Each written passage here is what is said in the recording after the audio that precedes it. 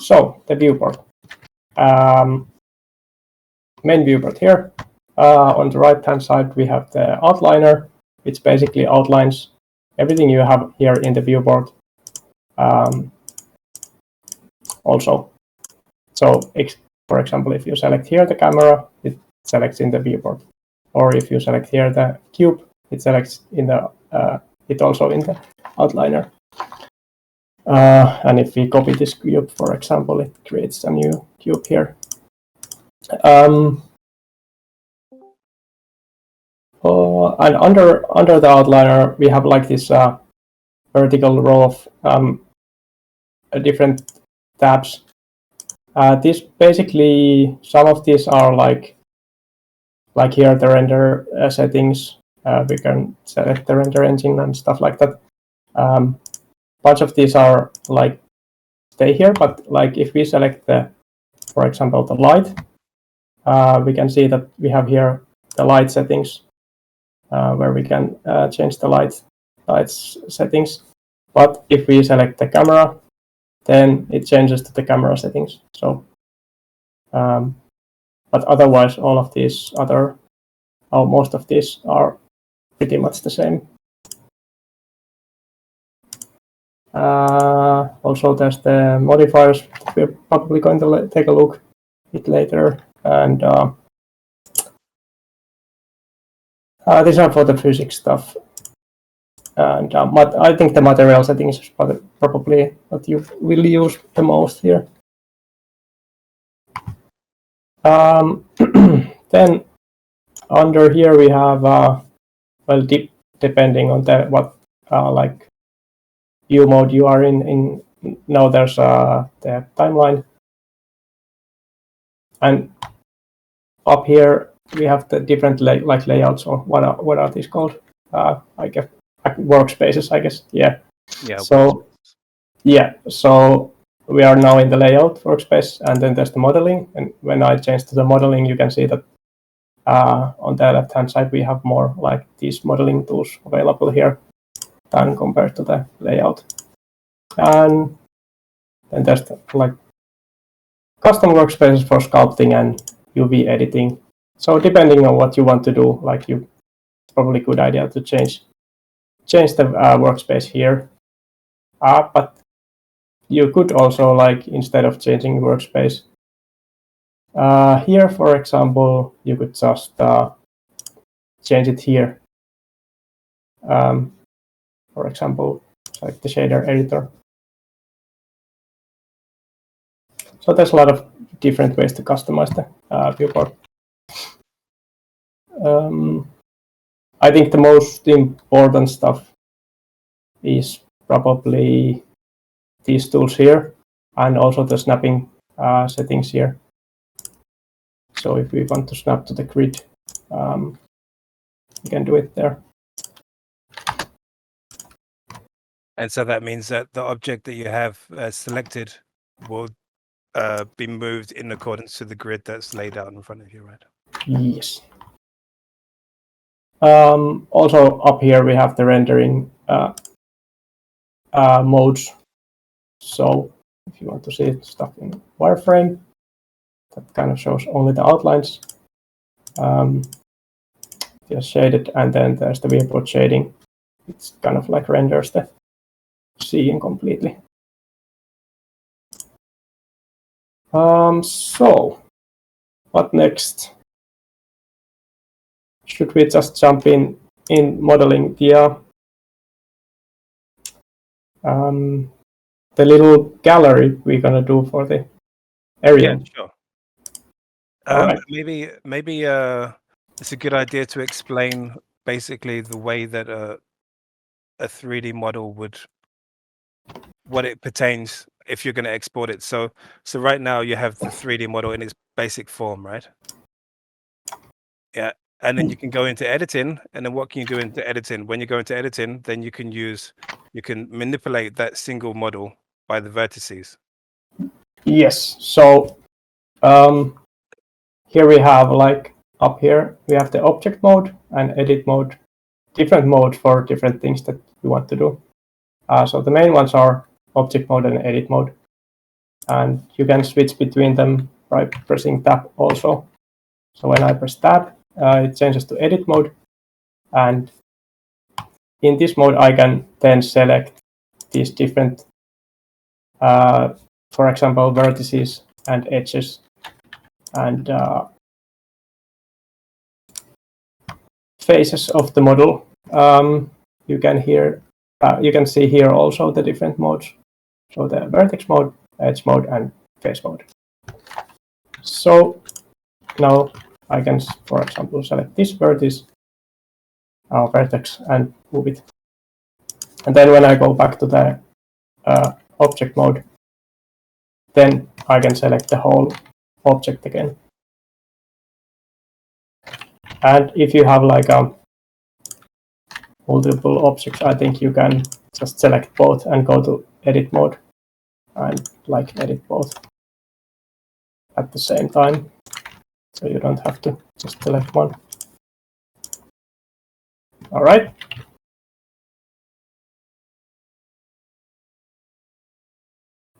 And I can show you more like tools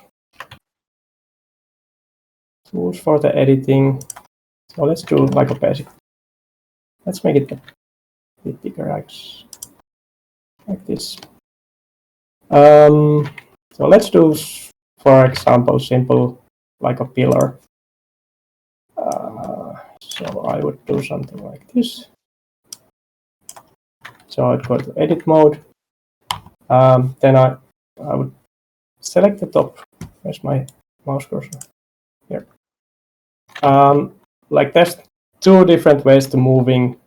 Like for example, if we want to move this polygon in Blender, one of the ways is pressing G on the keyboard, and then pressing the axis that you want to move the polygon in, which feels a bit, I guess, complex when you're starting out. But now if I press the Z, it selects the Z axis, and then it moves only on that axis.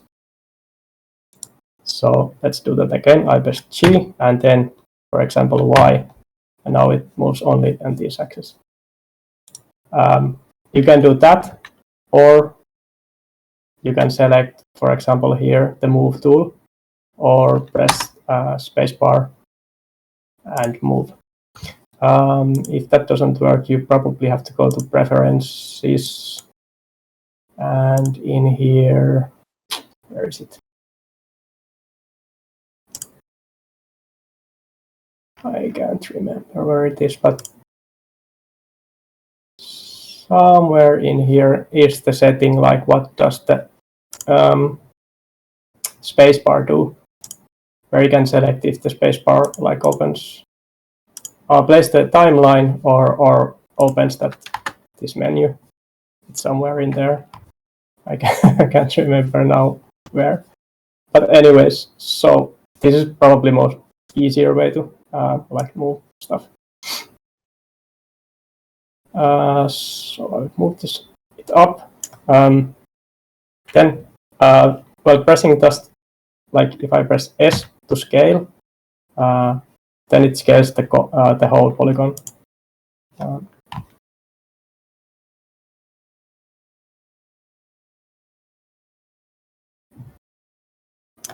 So, and there's like, you can find these different tools here, for example, inset faces, and you can see it says that the shortcut is I. So if I press I can inset the face. Another most common like editing tool is extrude. So it again says that press E, the shortcut. So if we press E, we can extrude.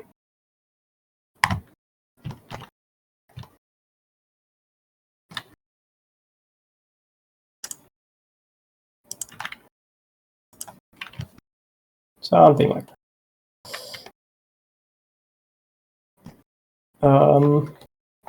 So there's three different ways you can see the object in the editing mode, right? So you have it at the moment on faces, and you can So you have vertices, edges, and faces. With a vertice, you have those are the single points, and you can select them one by one. You see as Walt's moving them. With the edge, then that's the point between two vertices, and then you can move that as an edge. And then the faces, that's the summation of all the points in a in a flat area. So you're basically, so you've got like 4 vertices would make 4 edges, and when that's filled, that would be 1 face. And you can move between those by using quite simply the 1, 2, and 3 keys. So there's 1 for vertices, 2 for edges, and 3 for faces. And you'll find when you're in the flow of editing and modeling that you'll move between those 3 different formats quite regularly. All right. Now that we have our beautiful pillar here, what else? I could show the. So let's see if we have our pillar here. If you go to the modifiers tab, here's some like very handy modifiers. For example, if we want to start copying these pillars here, we can do it like one by one, or we can go to the modifiers and add array modifier. So now it's just to like add those pillars in an array, and we can add as many as we want here. Okay, well, yeah, that is like the 2 different ways of making things, and it's called destructive modeling and non-destructive modeling. So when you're just adding them, like so you're pressing like a Shift D to duplicate something and moving it, that's destructive. It means that you can't go back to, unless you're actually like pressing redo, you can't go back to like how the model was. But with non-destructive modeling, you can add modifiers to your model, and then when you actually turn off those modifiers, it will go back to the original state. So it's all kind of like an extra layer of reality onto what you're doing. Really, is that right? Would that be a good way to describe it, Walt? Yes, but like for the copying, there's 2 different ways you can do it. Like I think let's see if I remember this correct. Like if I press Shift D to copy, then if I edit this new one, it's like a new version. It's not that same as the one I copied from. But if I use, I hope this works, Alt D, yeah, then it makes a actual duplicate of it, and then I can edit one and it edits both. And the difference is with Shift D, you're duplicating the model, and with Alt D, you're duplicating all of the aspects that model contains. So that's like the position, also the materials as well will be added, right? So you're basically you're able to like model on a larger scale. Yes. And also, I think it also saves like things called resources, which is very important when you're exporting things, because it's all being drawn from the same information. Yeah, but like as you notice, like I can move these around like separately though. Like if I rotate this one, it's still like not rotating this. So it's just the modeling model itself, like that changes.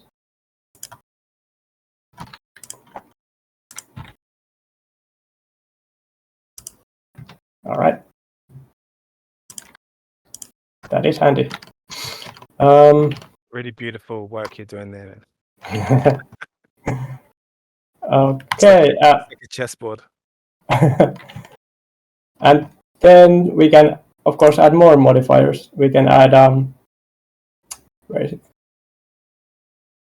Where is it? Mirror here.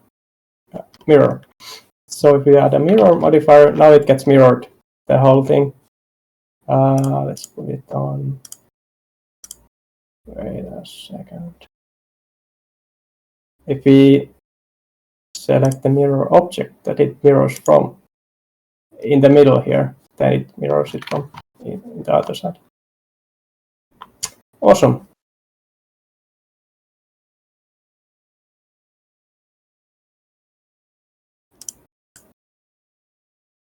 What else should we model here?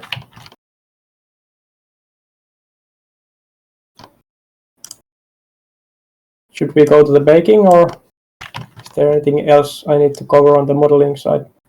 Oh, now I'm moving the mirror object. It's moving the, okay. Maybe you make some sort of, I don't know, say if you're in a gallery and you'd have the gallery walls, you know, so that later on we can put some work up on the walls. And that's especially important because in Arium it's a lot easier to import things onto services, right?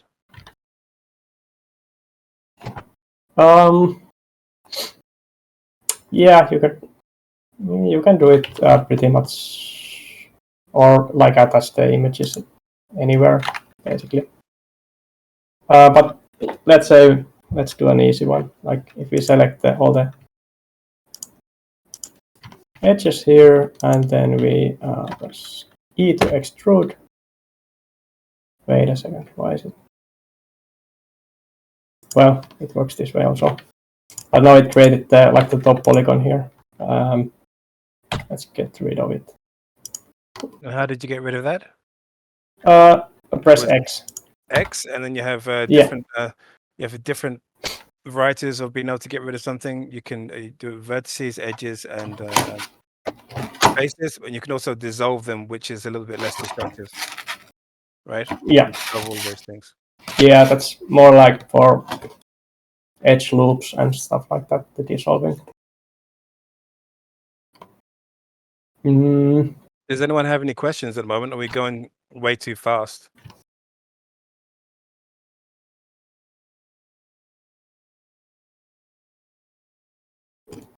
You don't have to speak. You can also write something in the chat.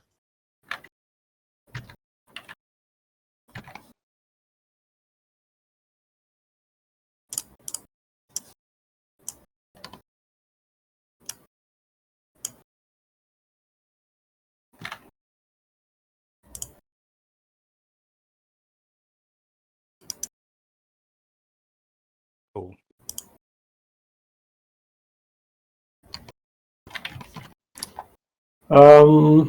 Okay, maybe we. Okay, so before you do anything, how do you add a new cube?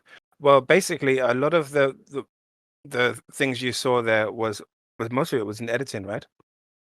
When you're in the layout mode, how you add things like you can go into object. You can see that at the top. Yeah, from here. That's the manual way, and then you can go to.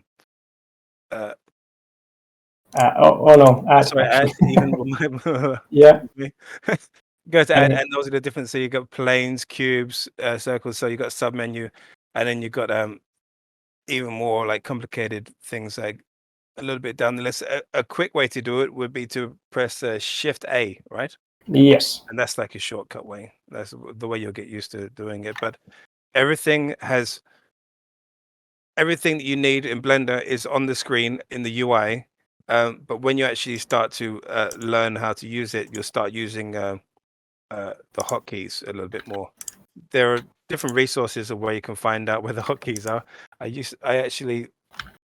originally when I originally started to learn Blender, I found where all the someone had made like a PDF of all the hotkeys, and I printed it out and just had it next to my PC just to get used to everything.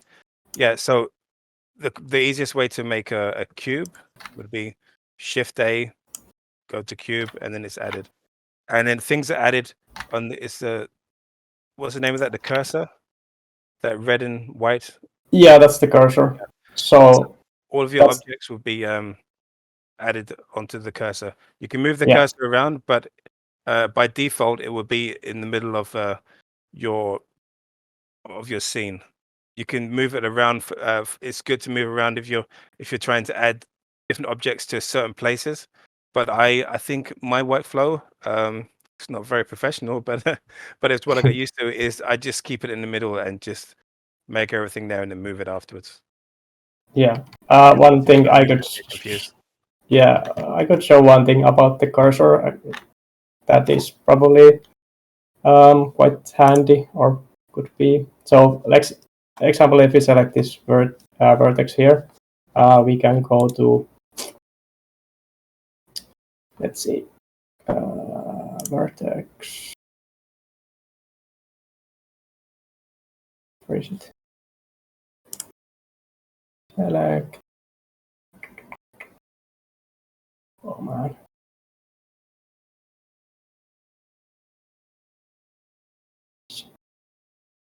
Okay, actually, now while Walt is looking for something, are you going to add any materials? Because before you start baking anything, it would be good to go over exactly what we mean by adding materials and what they do. And I'm going to give a resource on where to find some as well. Let's have a look. Okay. So here are some, I'm just going to put some links in the chat here. Here are some resources that I use for free materials. And basically what a PBR material is, it's a physically based render. So a PBR material is basically a set of maps or JPEGs or PNGs which all affect the object in a certain way. Like, so your basic one would be diffuse, which would basically be like drawing a picture. So if you drew a picture of a smiley face, then you'd see that smiley face in the object. Then you have things like roughness, which is to be able to map out the glossiness and roughness of the object, so you can make something which, like at the moment, when you just have the, should we go into PBR just to go through that? The material setup? Yeah, please. Yes. Okay, so for example here, like when you have all the modeling done and you want to start texturing stuff, you would go here in the shading tab, for example, and let's select the walls here and create new material.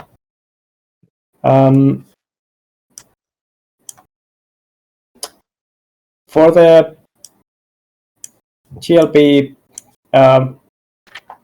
file type, there's like a certain way you have to do the connections here for those to work. So I think the best way is to go to the, I think we should provide the link also to the Blender GLP like settings. Yeah, but before you do it, like basically what you have there is on the right you have the output, and then you have in the middle that big long list of things there with the green heading. That's the PBR material. And before you even put any textures in it, you can actually manipulate the object by using like by changing the numbers on all the different things there. So you have emissive, which makes something glow. So if you change so it starts off as black, but if you change it to any color and you actually make it brighter, then it doesn't matter what scene it will be in, it will always keep that glow.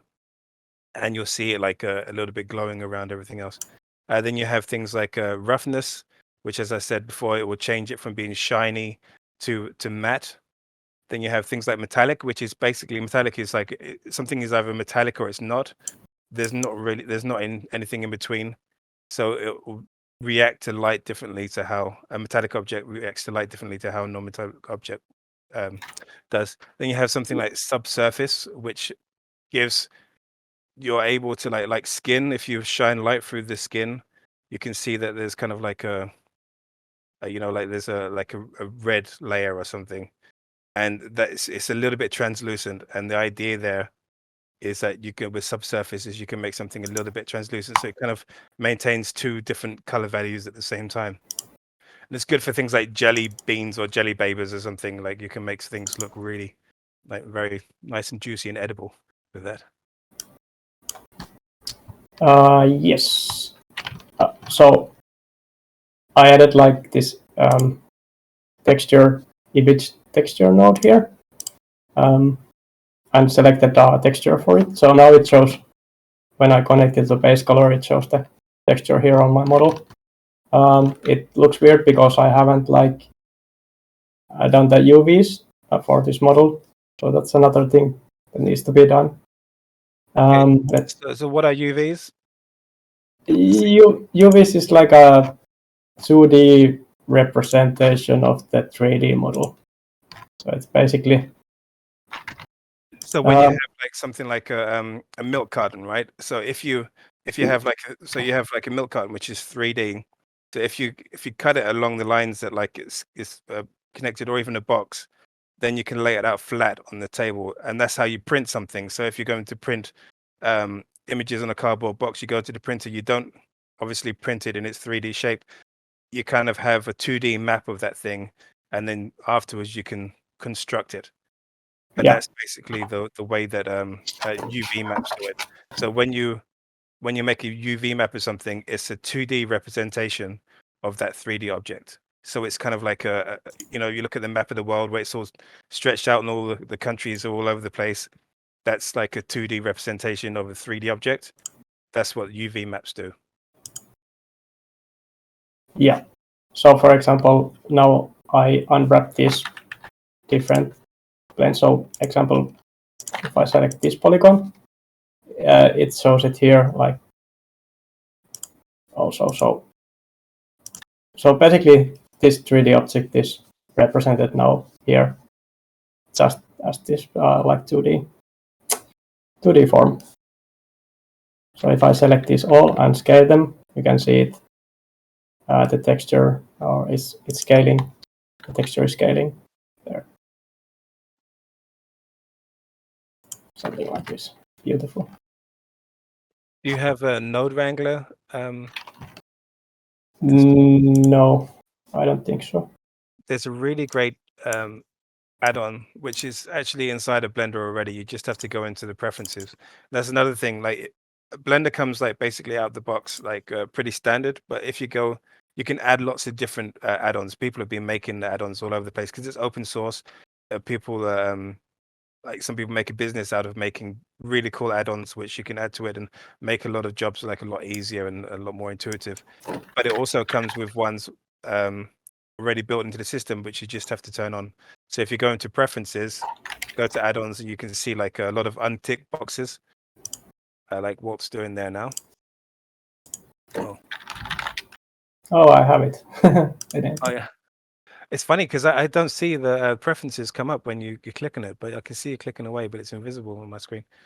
Oh, it's probably because it's like a separate window. Yeah, so that's right. I'm sharing the Blender. Yeah, gotcha. Yeah, window. Yeah, so basically you can add it. So Blender, so Node Wrangler, it's a really good tool for basically having more control over what you're doing inside of this. This is called like a node setup, and you can add loads of nodes here, and it's a little bit like visual coding, I guess. Like the more you add, the more things you can add together and make lots of new different types of things. With the Node Wrangler, what I was going to say is, Walt, is that a really good way of, say, if you've got like the 5 different types of. Do you know this one, Walt?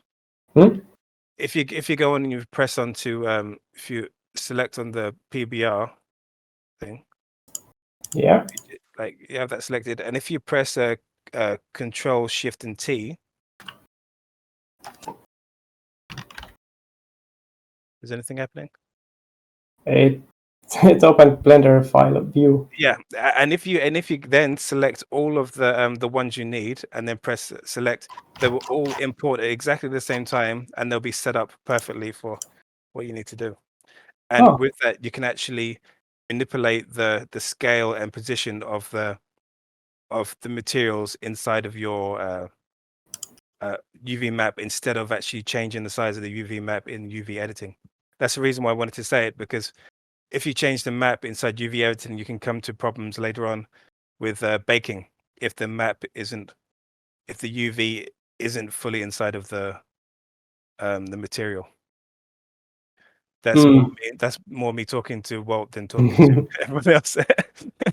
Sorry. You know what I mean? Yeah. but it's really good. If you try it out, like it just what you're doing there, it will just do everything automatically. Node Wrangler is really wonderful tool. All right.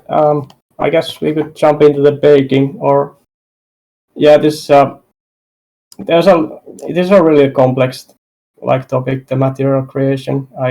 We can't just cover everything. I think if you're planning to do like for Arium like space or another like metaverse platform, you will probably use the GLB file format, and for that I would suggest you go to the Blender documentation of the format, and there's like all the info, like how these textures need to be connected and what the settings are. For example, you need to change the color space to non-color for these, all these kind of things. And if you want to use emissive strength, I believe you have to add it as a separate shader here and stuff like that in order for it to work.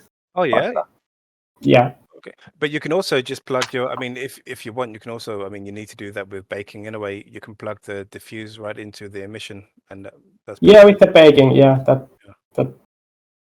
Then I guess also before we bake, we're going to need like a nice, cool light setup ready, because then you can see the real advantages of that's some cool shadows, but maybe a little bit of color as well. Is it? Yeah, let's do color.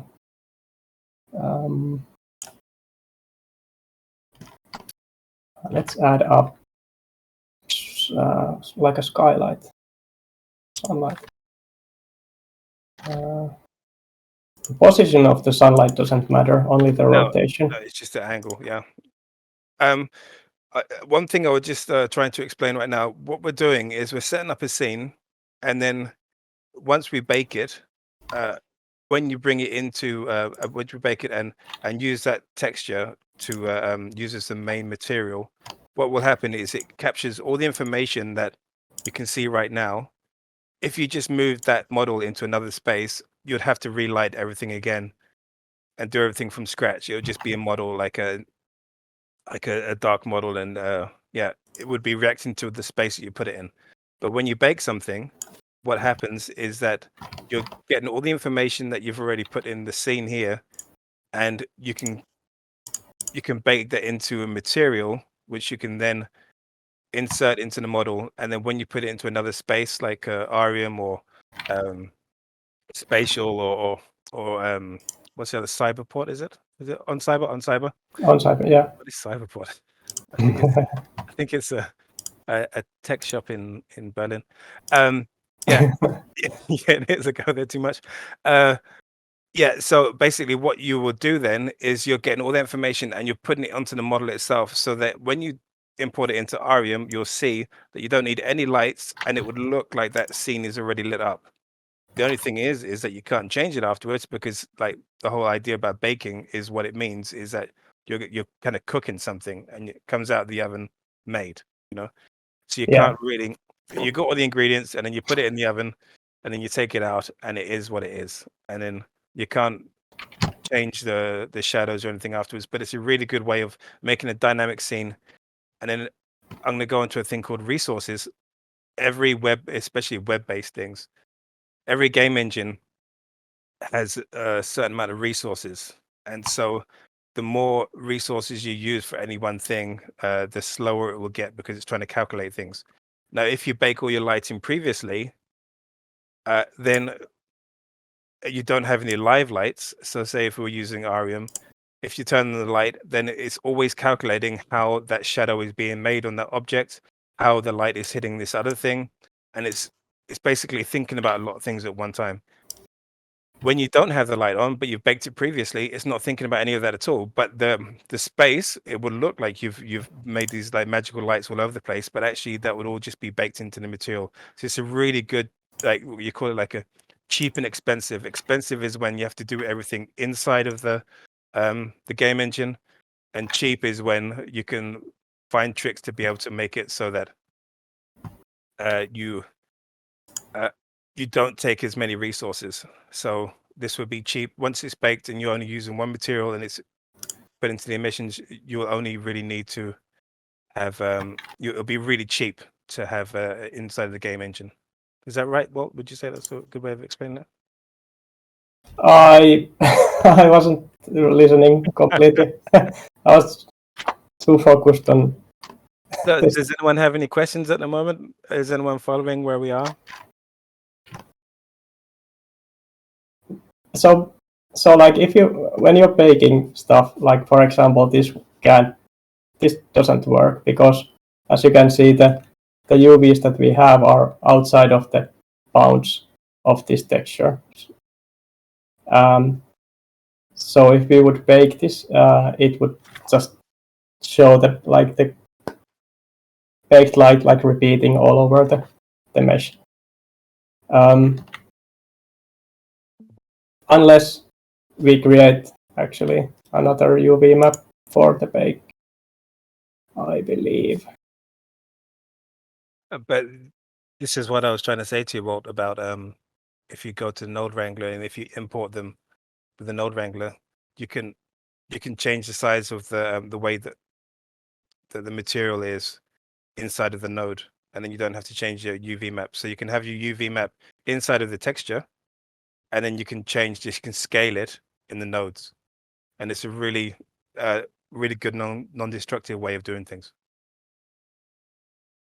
Yeah, I haven't used that. I guess it's better not to go there right now. I would maybe do it the easy way right now and just stick with this. Just scale it here and go with that, or create a new UV map here. But anyways, so what I was doing here, I combined all of these objects together. So they are like unwrapped here in this one. So I can create like just one texture for all of these and bake that. So for example, if I go here,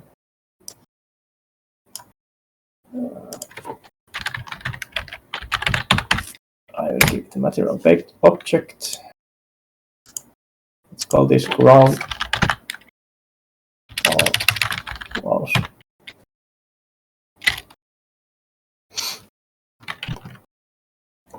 It looks like a disco. Wonderful. So let's add a texture, image texture again, and let's create a new texture.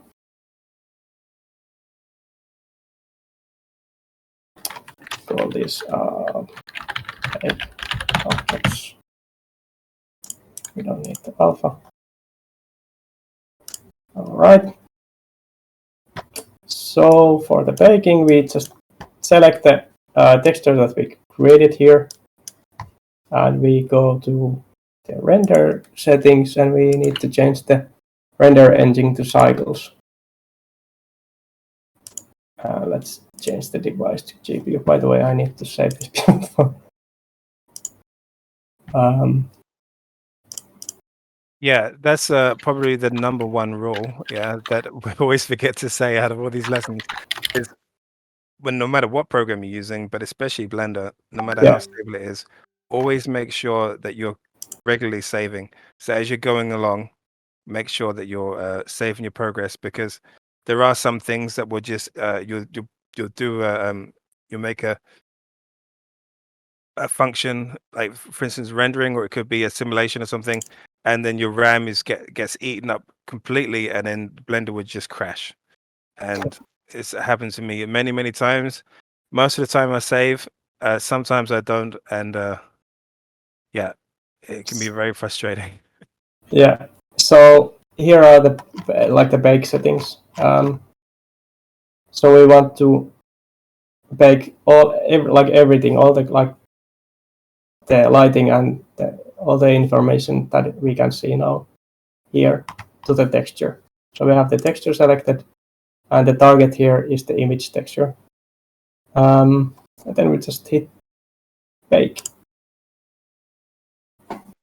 and it will do its magic, which you can see under here. Hopefully it shouldn't take too long.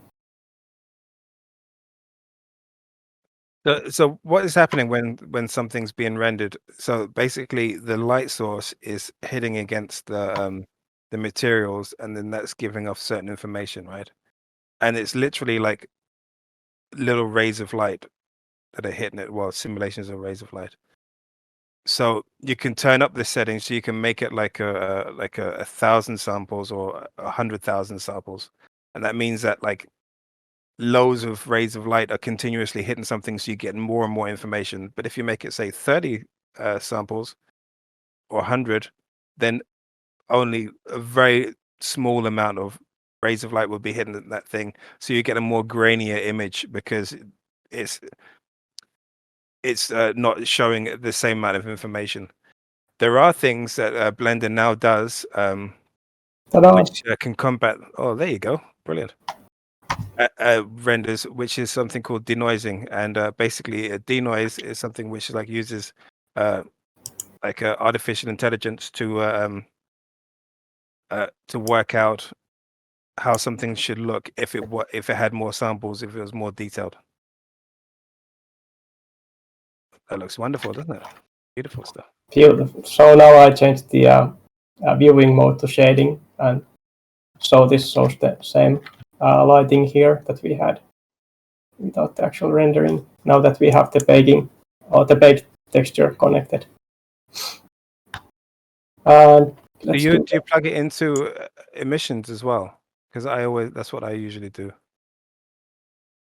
Am I wrong for doing that? I don't know. No, I would just keep it on base color. Yeah. I think otherwise it might look a bit washed out. I mean, it's not like emitting color.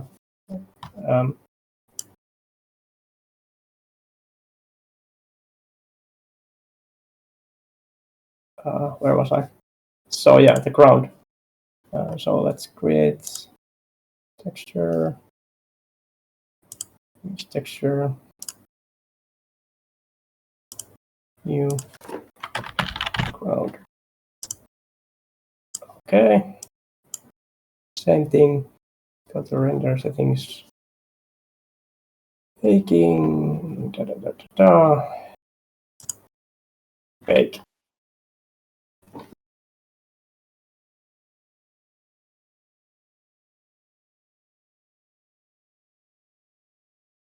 I guess this should go a bit faster as the object itself is quite simple.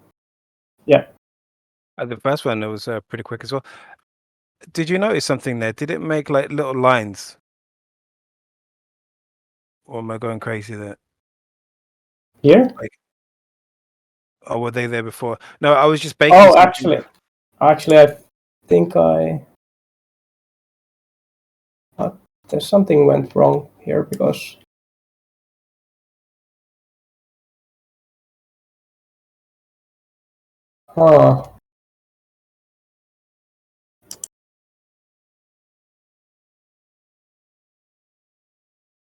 why didn't it work? Was it because these were connected here?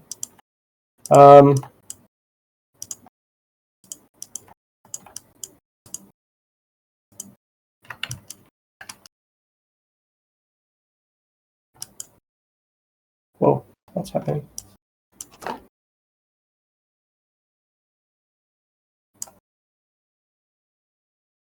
Okay, let's do it again.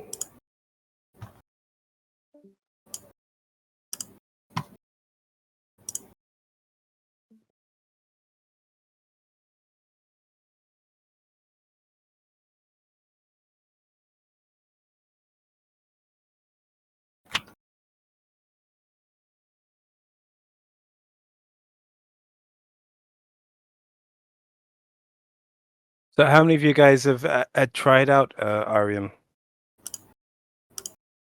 And do any of you not know what it is?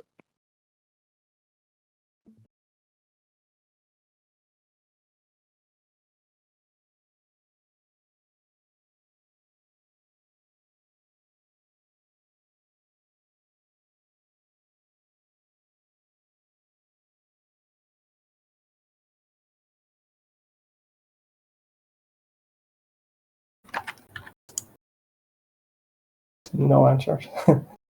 No, yeah, I'm looking at the chat. Do you have the chat open as well? No,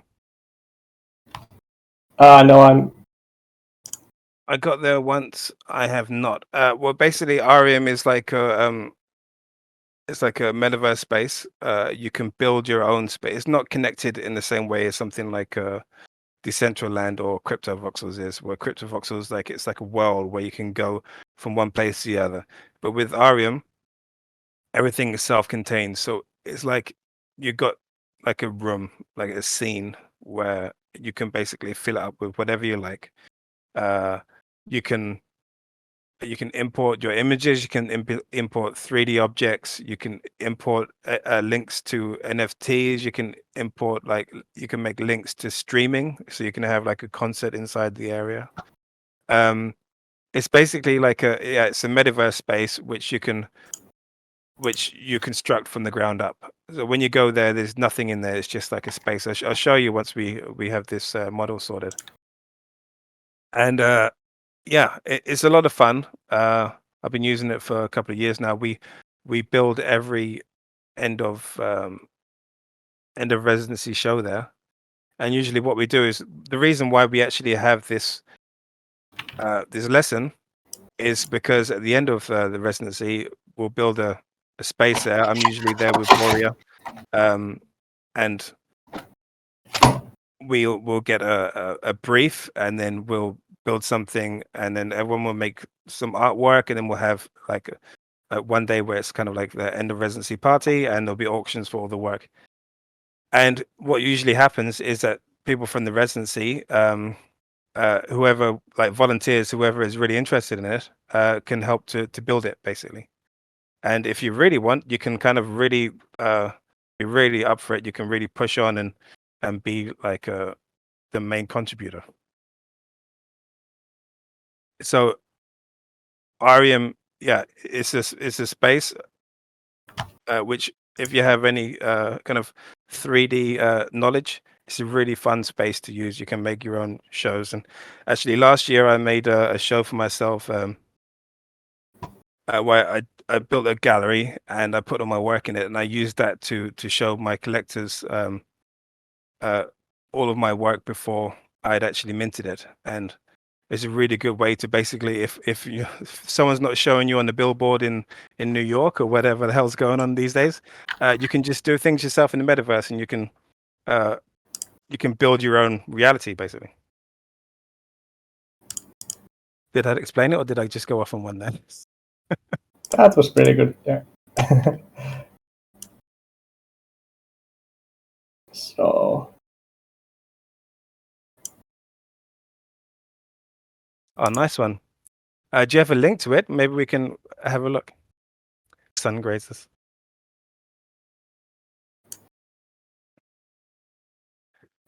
Yeah, I also, if anyone would like to try out Arium, I was sent a few invites by Aiden. I don't think I have enough for the whole class, but usually not everyone's interested in, like, not everyone is interested in doing it.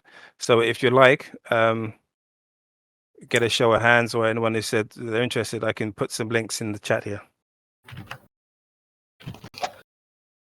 Yeah, there was this issue with the baking, as you probably saw. Now it's not fixed.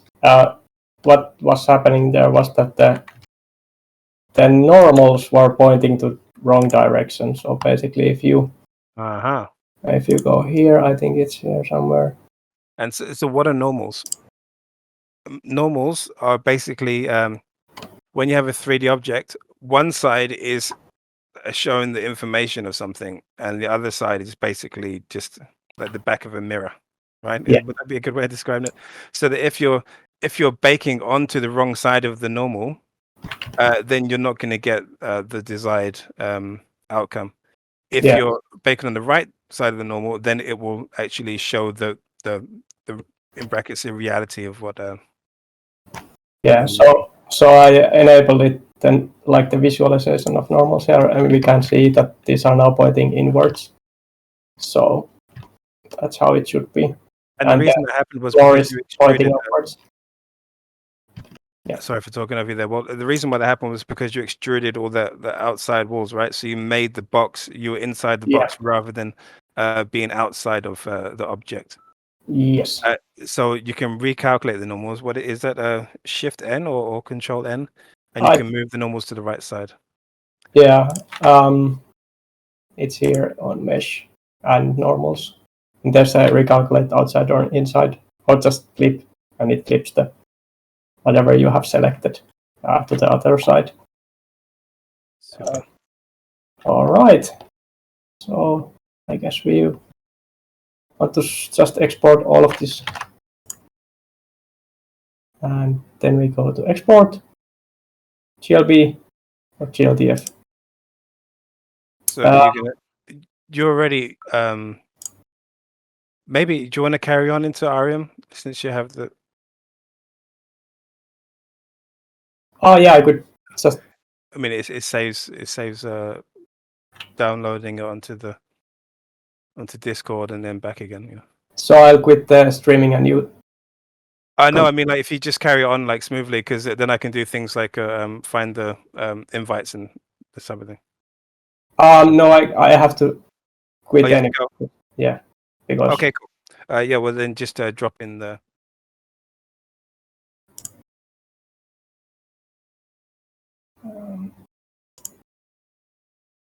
Let's have a look. Where are my invites?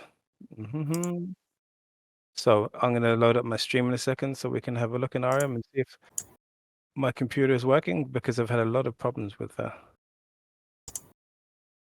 Oh.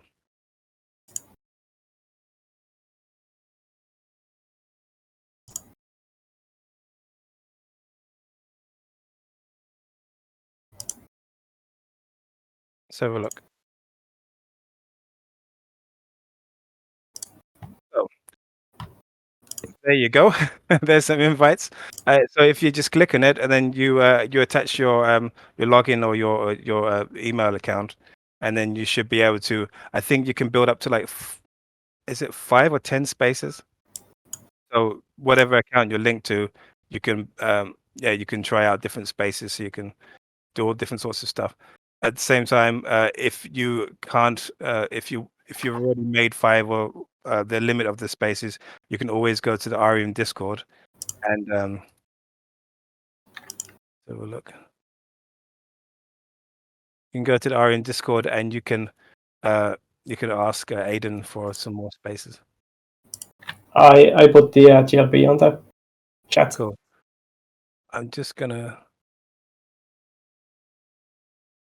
Okay. I'm just looking for the Arium invite. I'll be right back. Is Borya around? So that's the Arium Discord there. It's a little bit quiet at the moment. I'm not really sure. But yeah, if there's any real problems, you can always also ask in the residency channel. You can add me and I can see if I can get hold of Aiden, or also Borya as well. Well, maybe not Borya. She's pretty busy at the moment.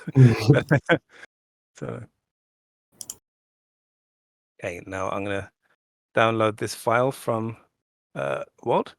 I advise not downloading files from any scary people, and Walt is pretty scary. So we're gonna find out what's gonna happen. So what happened there? How are we? So we've gone over an hour. The whole lesson was supposed to be about an hour and a half. So I'm not going to go too in depth with Arium, but I'll just go through like a few of the basics. I'll put in the GLB that Walt built, and then we'll put in a couple of images and just go through a couple of the small ideas. Where are we? Ah, cool. I copy that. And then we're going to go into that. I'm going to put it there. Are you going to share your screen?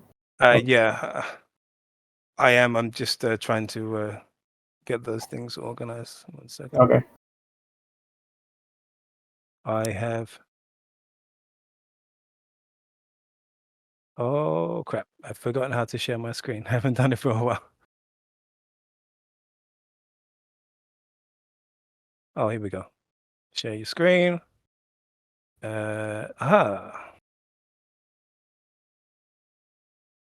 Okay, can you see this? Yeah.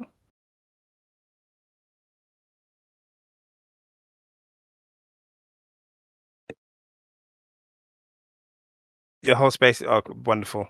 Your whole space is just one. Well, all GLBs. Oh, wonderful. Okay, so here we have the Arium space. You can see the wonderful Borya there, and you can see Walt as well. Walt's already put a weird spinning thing there in the space. You can see him walking around. So the first thing is I'm going to press P, and then when I press P, I can see my position, where I'm looking, and those are the coordinates of the space. So if I move around a little bit, you can navigate by. Oh, hold on a second. I just realized you guys can join us if you want. Yeah. So if you can look at the stream, or you can go here and you can say hello to us in Mark Zuckerberg's metaverse. Yeah. So you can use just like any if you played any computer games on a PC, like walking is like forward is W, to the side to the left is A, to the right is D, and then S is back. And then you also have you can move around by pressing the screen with your left mouse button, and you can navigate like that, and you can pan. It's very beautiful night sky of the Milky Way there. That's the default setting. You can also spin around by pressing E and Q. So, you can shake your head and say, no, no, no, no, that's not right. On the floor here, we have the grid. And the grid is basically, just like Blender, it's a good way of working out where everything is. The reason why I put up the positions there is because everyone will be dropping in the same space. But what you can do is you can edit where people go into the space. So pressing P is a really good way of finding out where you are. Are we still on my screen? Because I've just opened up a new tab. Can you still see the same screen? Yes. Cool. So where are we? I just lost my train of thought there. Yeah. So right now I'm out of editing, and then I can go to edit this space. But before I do that, what is it? Control I? Is it Control I? Yeah. If you press Control I, you can see the performance of the space. The average kind of computer game or something is like a 60 FPS, which is frames per second, is like the minimum you want for something to be comfortable. That's the refresh rate of most monitors. Now you got like great monitors that can be like 150, 200 or more. But your average monitor that you buy from the shop is probably going to be like 60 FPS. Your mobile phones, I guess, are going to be that too. So when it goes below that, it means that the resources in the space are really it's really like a lot of calculation that the website has to do. So the closer you can keep it to 60, the better. So you can put a lot of things there. If you make a model and it needs like 10 lights, and the model has like 1 million triangles, which is the triangle count is like basically like a triangle is 3 vertices. So like you count models and how many triangles they have. Or if like the texture maps are like you got like 4K texture maps. Texture maps usually go for like in like small mobile computer games. You have is that you, Walt, doing that? Yeah. What are you doing? I left it there. Yeah, so I'm using my hands to explain this rather than actually doing anything in this. It's like yeah, or you can have like say a mobile game will have like 512 by 512 texture maps, and then like a AAA game, like a really expensive modern game, which you need a really strong GPU, would have like 4K texture maps. So if you have that in this space, then you're going to see that your FPS drops by quite a lot. So if I go into edit this space, you've got a tab here. The first tab at the top, if you can see that, as soon as you look at that beautiful UI, it comes out. You can see all the different things that you can add. So plus is add. So you can add an NFT, You can add an image, a video, background music, placard. A placard would be like, say, if you put a work of art in here, and then, well, you want to know what the artist's name is and the title of the work, well, you can make a placard and you can type it in. So you don't need to do it separate outside of the platform. You can put it in there and you can write descriptions for your work.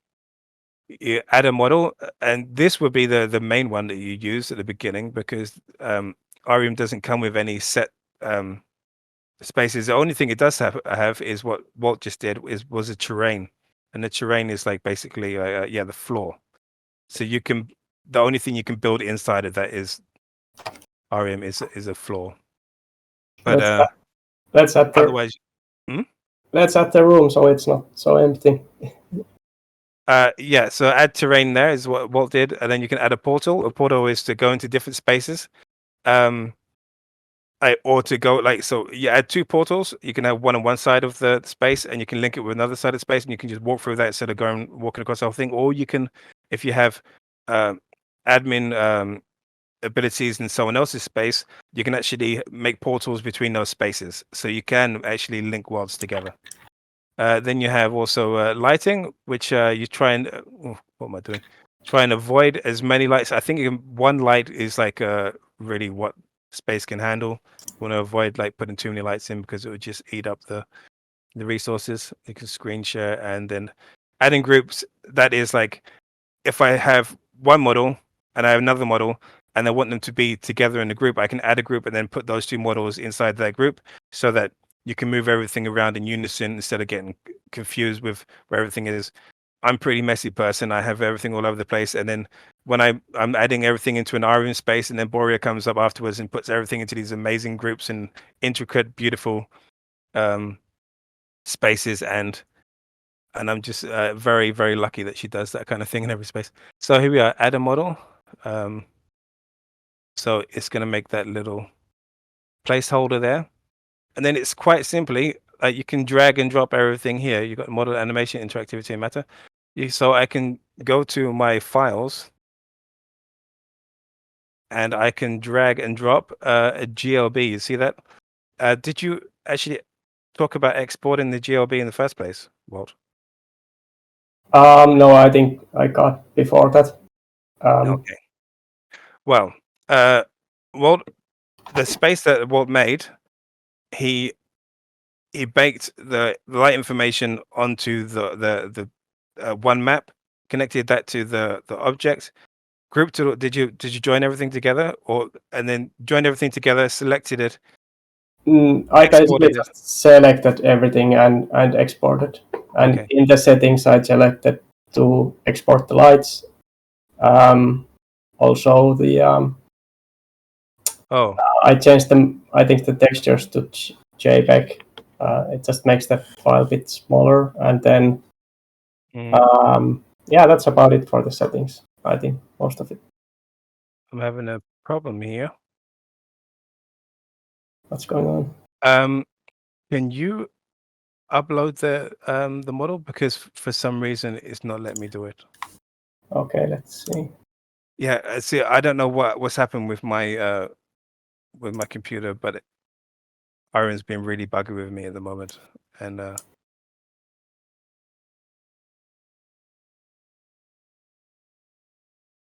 I even uploaded. I even used there you go. Okay, so it's pretty dark in it. Yeah, see, I can't do that. I don't know what's going on. Yeah, so now we're inside of the model that Walt made, and you see all of that cool color and those cool lightings and all the shadows on the wall. That's all there, as if there's a light on it right now. That looks really cool, mate. Whoa. When if I go to the models, this says 3 models there.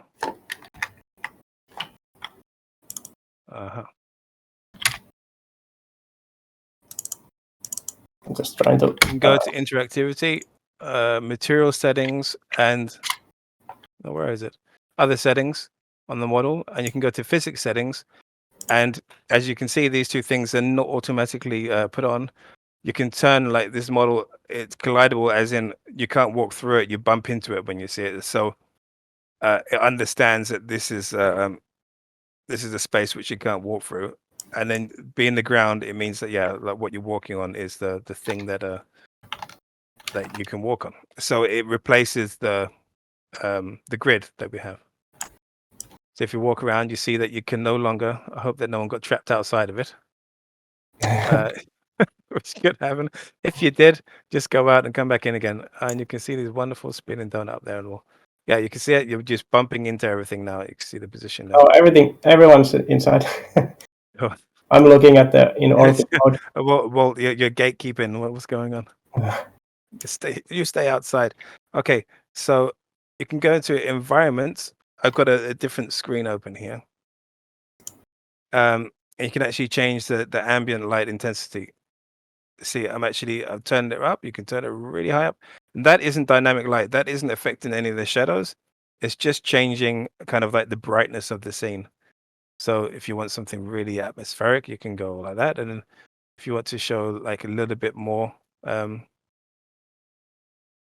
the color and detail, you can turn it up like that. You can also do things like put in skyboxes and change the actual setting of the. Do we have any preset HDRIs? I do. I can. There's some preset ones here, so that's changing. Oh, cool. You can change it. Well, that's actually matches a little bit there, doesn't it? Nice. Yeah, so that like inside of the editing environment, there's like a number of different HDRIs that you can use, and HDRI is basically like an active picture, which it takes the information of a scene and it has like a larger color field, so it's called high dynamic range, which means that when you use it as an environmental lighting, it will take the information that it has and it would use that information to light the scene. It's a little bit hard to explain, but I actually put a link into the Discord, place where you can get like free HDRIs, and you can do all sorts of stuff. You can do like studio lighting. You can do like you're in a city, or you're like on the sunset or nighttime, all these different sorts of things. Okay, so that's your basic scene. I'm going to hurry up a little bit because I don't want to keep you guys too much here. That's your basic scene. I'm going to find a spot here, that green spot there. I edit the space again, and I'm going to, hopefully this will work. I'm going to add an image, and as you can see, it will snap to the geometry. Add an image there, and let's see if this works. Because if it doesn't work, then I've got a lot of bother. Then I'm going to put in a famous cubist piece here. By the way, like if you add the artwork as NFT, it will automatically add like the name of the artwork and the artist and stuff like that as the placard. So you don't have to separately make a placard for that. But if it's not an NFT, then you can do it this way. Yes. You could do it this way, but for some reason, my Arium is not working. Let's have a look. Let's see if I can. Yeah, sorry. Well, could you put in the image there? For some reason, it's not playing with me well at all. Let's see. So, okay, I'm gonna go. Where should I look? I'm gonna find NFT somewhere.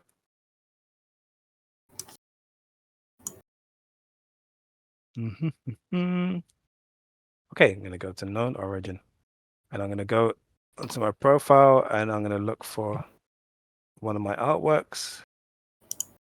I'm gonna pick that one, and then I'm going to see if this works. I'm gonna add an NFT, put it on the wall there, awaiting configuration. So I go to token. It's a token address, right? How does it work? Is it? Oh dear. Let's see. For some reason, I can't see the texture or the image either. Something weird going on. Or is it the frame? No. Advanced.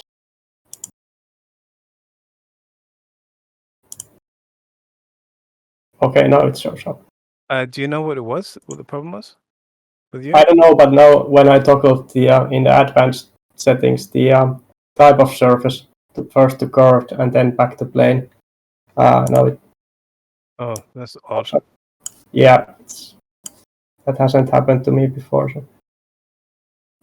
Yeah, I've been building a space at the moment, and for some reason, everything is being super wonky, and it's working for Aiden when he was showing me. But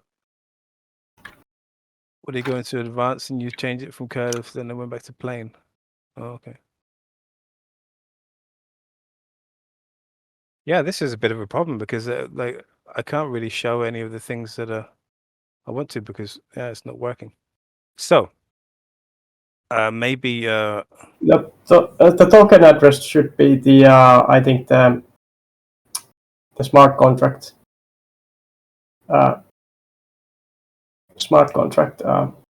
ID or address, and the token ID is the number.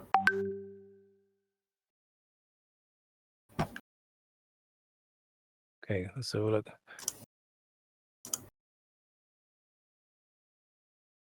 Yeah, maybe I'm not gonna go looking for that in the moment. It's not in the metadata, is it?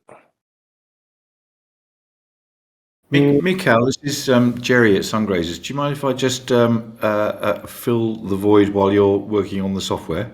Oh yeah, go ahead. So, can I just say from an artist point of view, I went into Arium wanting to have somewhere to hang our art. The difference is that with all that you were showing us with Blender, to me, Blender is something that you better be prepared to dedicate a year or two to learning, because it's so capable and so complex. And yes, you can build your own stuff to go into Arium like this, but Arium itself is very not scary. I literally built our art space in under a day, having never even seen a metaverse before. And it's not quite true what you said earlier. It does have templates. So when you first join up, oh, excuse me, sorry about that. It gives you about 5 or 6 templates, and that's where I started. So I went into a space that had a building there, and I started to play around with that space. So I didn't like the sky, so I uploaded a JPEG of a sky, and it became the sky in that space. It was sitting on what looked like desert terrain, but it seemed to have a water level. So I increased the water level until we had a few inches of water on the floor of the gallery, and that reflected the art nicely, and it appeared to move all the time. And then I started, as you did then, although obviously you were having problems with it, adding our art, and we've got something like 40 pieces of art there that I put up again within a day. And I just wanted to make this not scary for everybody. You don't have to create your own building to go in there. You can go in there, there's a building there, and you start hanging your art on the walls. And I found it the least scary piece of software I've ever used. It was fantastic. Yeah, I stand corrected. Yeah, you're completely right. The reason why I said there's no templates is because I've never used one, because I first started to use it because I've used it so often by just building from scratch. I've never actually used any of the templates. So you're completely right. Yeah. Yeah, there is another way of doing everything here, and that is literally to use one of the templates and to do it. But what we're trying to describe here is like a way of like being in control of everything from scratch. Yeah. Yes, So, yes, yeah, sure. yeah. No, I appreciate that from Blender, but I'm just trying to make it not scary for everybody for whom this is not a natural environment.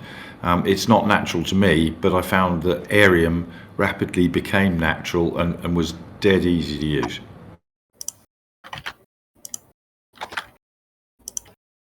Yeah, I stand corrected. There are templates.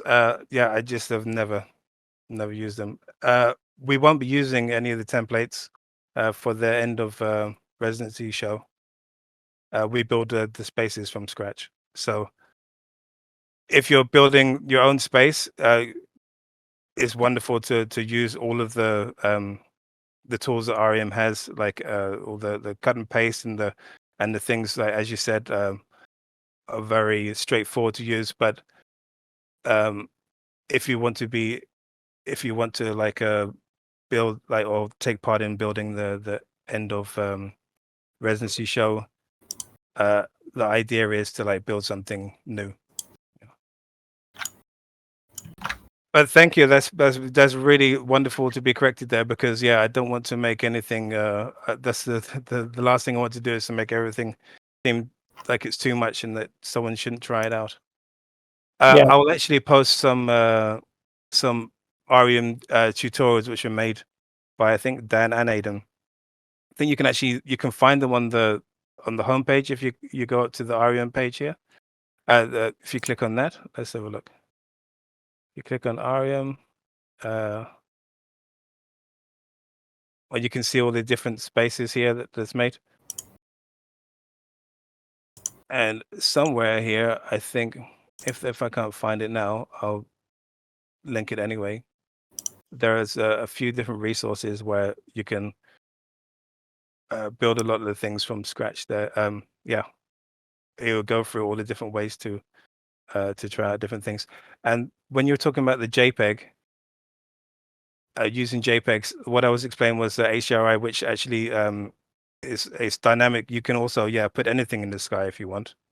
The only thing is, like, it might look, if you don't use it in a certain way, it might not connect properly. It might have like big seams in it or something like that, but you can literally put anything in the sky. And I've seen lots of people try different things, and you have a lot of really fun different ways of experimenting with that and seeing what the different outcomes are. Hey, Walt, I literally I can't work out what the hell's going on with my Arium, so I can't build anything more. Are you around there? Yeah. So if you could go through like a few more of the things, because yeah, this is really extremely frustrating for me at the moment. Yeah, that's like adding the NFTs there. You just need to figure out like the correct contract address and the token ID. For some reason, I just couldn't get it working right now, but and takes time to like find the contract addresses and the IDs from different platforms. So, but it does work, and I've used it. Yeah, it's not really. That's not the major problem with me. The major problem is that nothing that I'm trying to upload is functioning properly. There's something. What do you want to add? I was just going to go through all the different things you can add. You know, like the video. If you have a look now, it just says could not. It could not like find the file or something, and it's just gone all wonky into the side.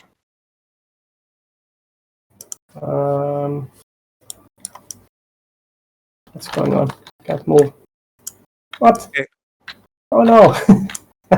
My character is like moving without me pressing anything. If you can talk for a second, I'm just gonna have a look if I can find these Arium tutorials, and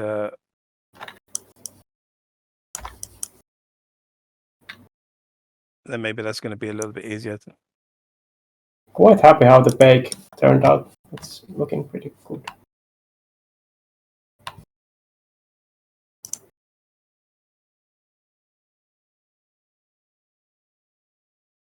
There is a video here.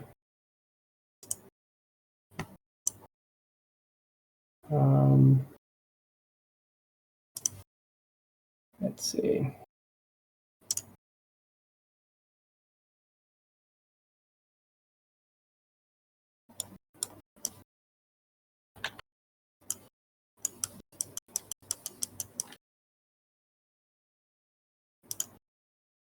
So basically, I think we should probably wrap this up in a second because it's been an hour and a half. Yeah. if anyone is interested in like taking part of the end of residency show, you don't need to say anything now, but just think about it in terms of, yeah, is it something that you're interested in contributing? You can basically, what we do is you can either like help with the building with the models, you can help with the design of it, or with the brief, like quite simply like doing things like say if there's a certain brief, like one of them was like a Mars, so you could quite simply find a lot of different reference material or something like that. If you're not interested in the building, you can also help with setting everything up at the end of it. The curation, a lot of people were really interested in doing the curation, but what tends to happen is that we're trying to keep it as simple as possible, because when people are making the artworks, it's usually, it gets complicated when you have 25 artists making works and trying to make everything compatible for the space. And, like sometimes you change your mind and everything gets to the last minute. So the time in between the artists finishing their work and when the show is usually very, very short. So the curation time is probably the shortest moment, and that's mostly about trying to get everything uploaded and technically sorted out. So a lot of people want to do that, but it actually ends up being something which is quite laborious and doesn't have the most amount of creativity in it. So the more creativity happens like at the beginning, and then going forward, trying to make the space. So the first like a few days, first week is usually the most interesting creative moment in it. And even if you're a Blender noob or an Arium noob, as was pointed out, you can get used to Arium pretty fast. There's enough links here to have a little play with it. Even all those things, if it's something you actually want to help to build towards, when it comes around that we're doing it, just put your hand up and just be present, and no level is too low on any of the things. It's all about contribution and having fun. Yeah. So, Walt, yeah, apologies for for the Arium space here. I really don't know what's going on with my computer. I'm, as I said, I'm building another space, which is quite important to finish in the next few weeks, and I'm having all sorts of technical problems with it. But usually that's not the case. Usually everything is pretty straightforward. But yeah, should we wrap it up, Walt? Is Borya here? I think she's been offline. Well, thank you guys for listening and hanging around for the last hour and a half. If you have any questions now, I'll be more than happy to answer them. Otherwise, it's been a lot of fun.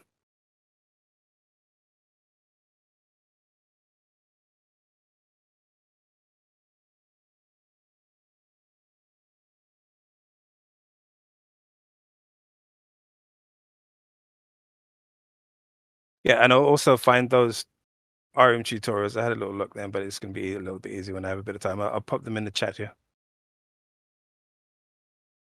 Yeah, it was wonderful, guys. Yeah, Walt, it was great and informative to see you building a space there, and I hope you guys in some way were inspired enough to try and start off with Blender and to help out with the end of residency show. It usually is. When I joined the residency, I joined the second cohort, and I put a lot of effort into. I thought it'd be a great idea to put a lot of effort into the residency show at the end of it, and I still look back on that and I go back to that space and also the memories. It was a really wonderful moment. Yeah. Well, thank you very much, guys, and have a wonderful evening. Thanks. Bye.